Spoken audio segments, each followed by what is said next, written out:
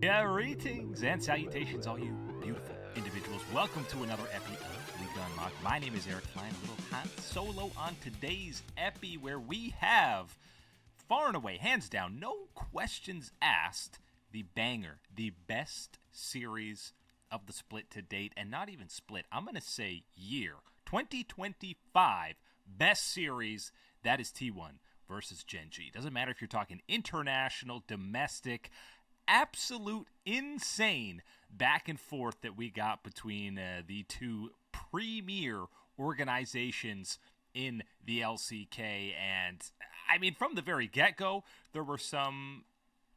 It lived up to the hype, as it so often does between these two squads. And this wasn't just... I feel like often we have one game that's maybe a stomp, or maybe two games that are a stomp, and you go back and forth to make a competitive series. But this, from the very get-go, was insanely competitive. And obviously, we still had Guma being the primary starter for T1, and he had himself yet another insane series. He went deathless in the first game before he kind of decided to run it down on the Corki in that second game. But we got to immediately get to Game 3 action for this series, because this was the best game in an absolutely insane series. There were so many ridiculous plays and highlights of individual mechanics. You have a 3 HP Baron steal out of Curious Bard after he already made the ulti on it to delay it, to be able to even have a shot at stealing it. But GenG is still able to win the fight after that, despite some near heroics coming out of your boy Faker, the GOAT, who, by the way, this was, of course, a 12-year anniversary for him, being on T1, being on the LCK, being a pro player in general. He absolutely delivered early on in this series. The Ahri game was an absolute masterclass out of him. He gapped Chovy a little bit, had the winning plays on that pick, but the ending in Game 3 is an absolute all-time moment, all-time play in, again, not just LCK history, but the history of the rivalry between T1 and GenG. T1 eventually got back into this game with that Baron steal, as I mentioned, and now we're talking near 3 inhibs, or at least 2 inhibs going down. We have this heroic base defense out of T1 to stay alive. Both Chovy and Ruler running away as the only 2 surviving members with such low HP. Look at Chovy, he's got like 100 health. The TP's coming in. The beautiful flash in by Ruler does all the damage, and then Chovy, this dude's at like 200 health with that shield. He cleans up 2 kills, zoning Faker away with that far side orb. Guma, he kind of walks into that laser there, but it actually was blind out of Chovy to pull that one out. And then, such low health, he has time to recall. This is a dream anime scenario. We have a 1v1 Faker versus Chovy, the only remaining members for their team, to end the game. There's only one Nexus turret left. We've got super minions beating down on the base with the Baron buff. Truly, Faker probably has absolutely no chance of ever outplaying this, especially when you see how much ludicrous damage Chovy is doing to the Nexus. He even gets the Chaos Storm to get the kill onto Faker at the end to close out an absolutely insane play, to close out an absolutely insane series. And really, again, what this does is highlight even more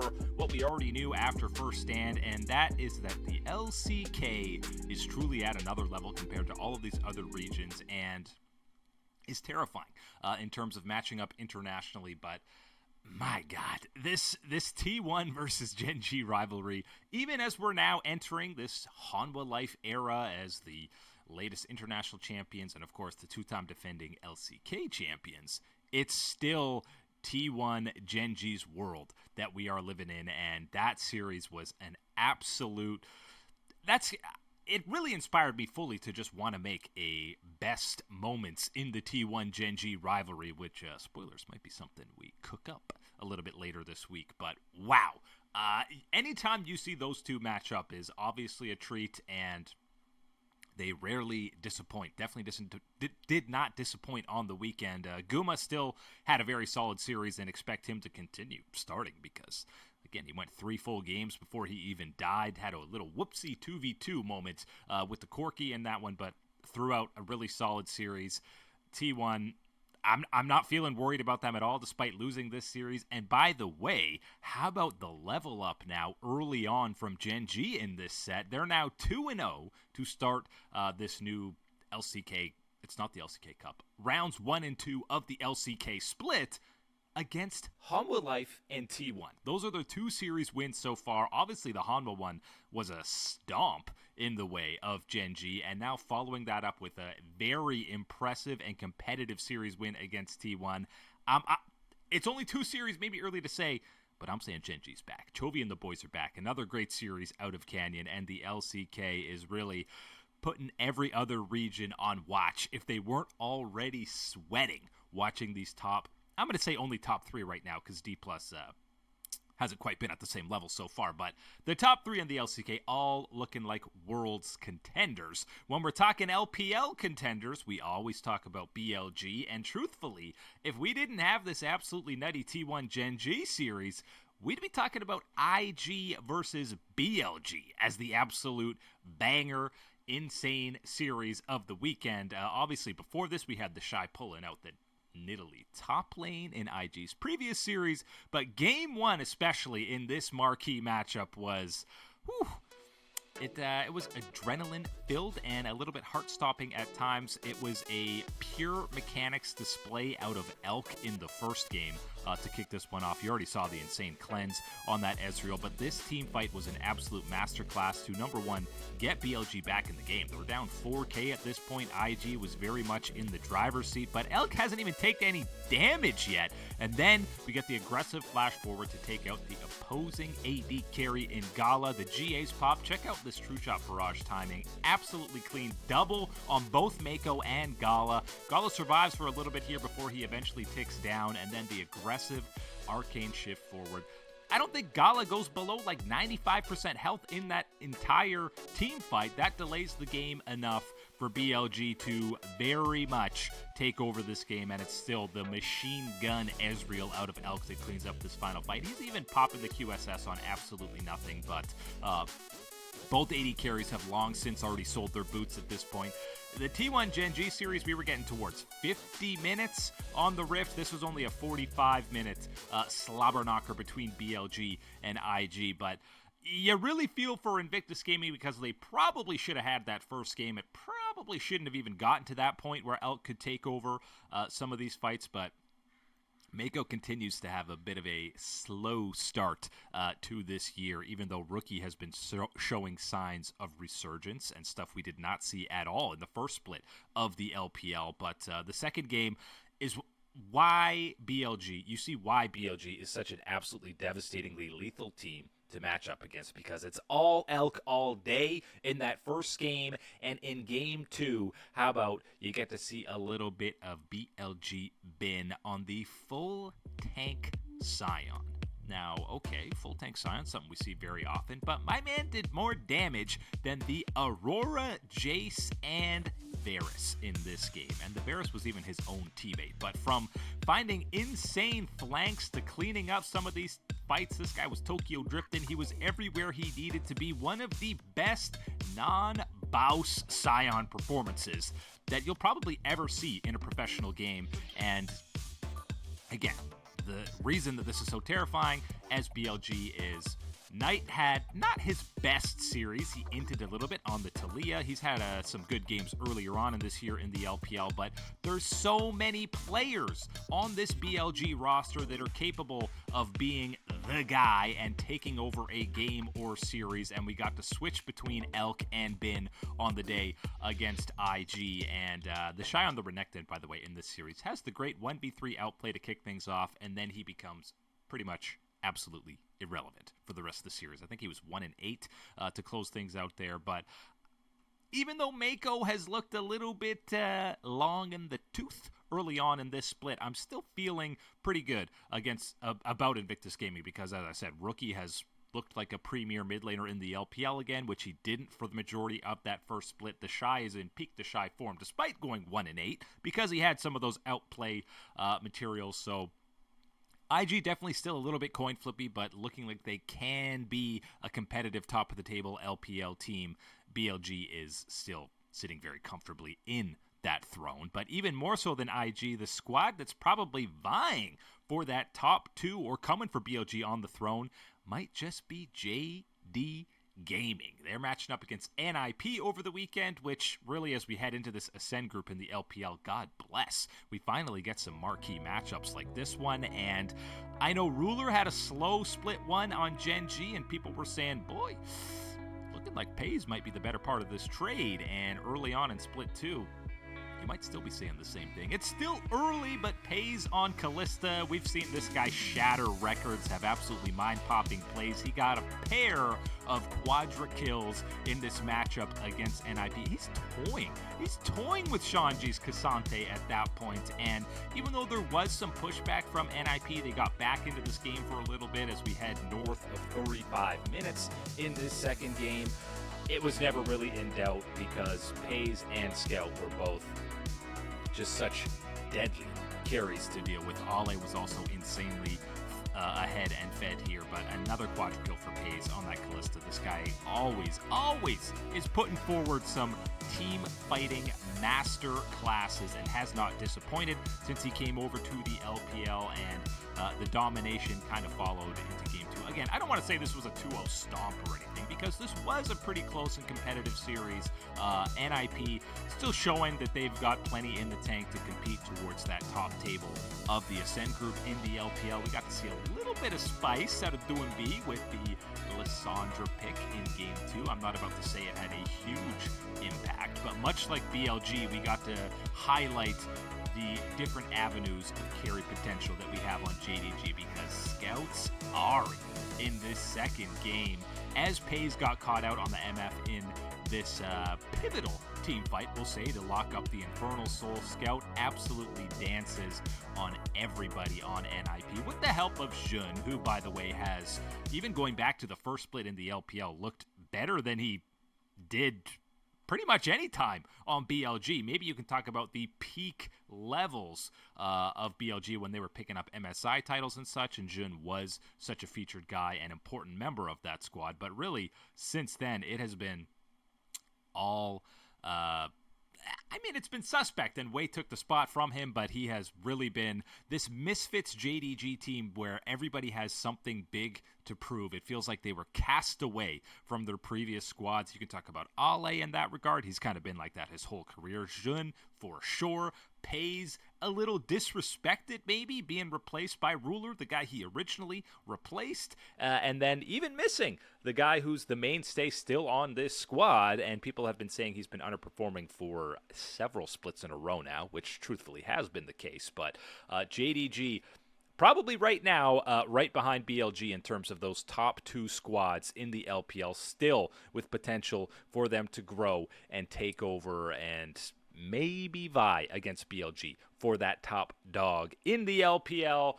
Big marquee matchup in the LEC. Truthfully, it was kind of dull matchups, a lot of convincing 2-0s, favorites winning as they were expected, but the main marquee match, and rightfully dubbed the match of the week, was that KC versus Fnatic matchup, and this was very back and forth. KC nearly throws game 1.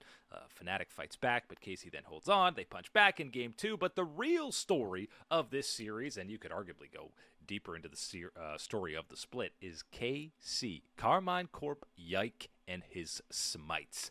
Almost had the trifecta of it done in this series, both game 1 and game 2. Game 1, he has the smite steal to secure the game for KC and stop the bleeding, as they were definitely falling behind as Fnatic was getting back into this match. Game 2 nearly steals the game with a nasty brand steal, and finally, in the third game, Fnatic learns from fool me twice, shame on whatever the saying is. You know how it goes. They don't get fooled 3 times because they do the old Fnatic death brush, bait in KC when they're pushing around Baron instead of going for that flip and eventually catch him out. Fnatic was very clearly across the board the better team on the day. I think the biggest gap was absolutely Humanoid in that Vladdy matchup. Vladdy didn't have the best day on the Rift, and Humanoid was very dominant and uncharacteristically not getting caught out randomly in side lanes or pushing too far for that extra minion wave, which is That's when Humanoid and Fnatic are actually looking like a premier team, is when Humanoid is, knocking down some of these deaths per game. So, again, good for the LEC to see Fnatic level up. There are very much 3 capable squads over in Europe when you obviously throw in G2, who dismantled Team Heretics, Carmine Corp, who before pretty handily beat down BDS, who...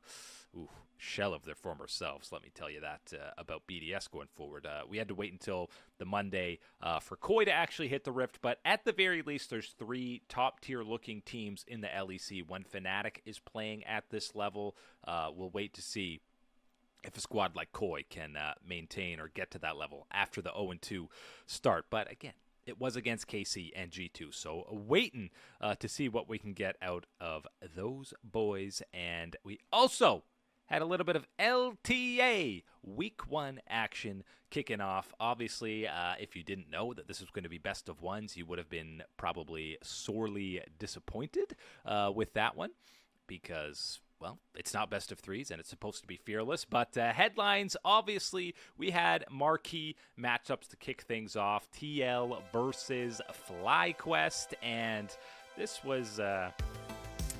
not super close, really. FlyQuest was very much in control on this one. It was very much, it doesn't matter if it's best of 1s or best of 3s because Whippo is cooking in best of 1s. First, he has the Vladimir in this first game. Despite a pretty solid Gwen performance out of Impact, it was very much Team Liquid getting caught with their pants down in a team fight that they overstayed on, and FlyQuest absolutely capitalizes to really snowball this one out of control. And then, Bwipo was just doing ludicrous amounts of damage, and, Inspired even was so fed on this Xin Zhao. And it feels like now, since the, dramatic climb of Masu as a premier AD carry, Inspired is kind of on the back burner in terms of players that you're talking about on this FlyQuest roster, but he had himself a very solid showing in that matchup against Umpty, where that is probably the biggest advantage that you're going to give to FlyQuest in this head-to-head matchup. They're diving deep under Nexus turrets with that Rise ulti, and surprisingly,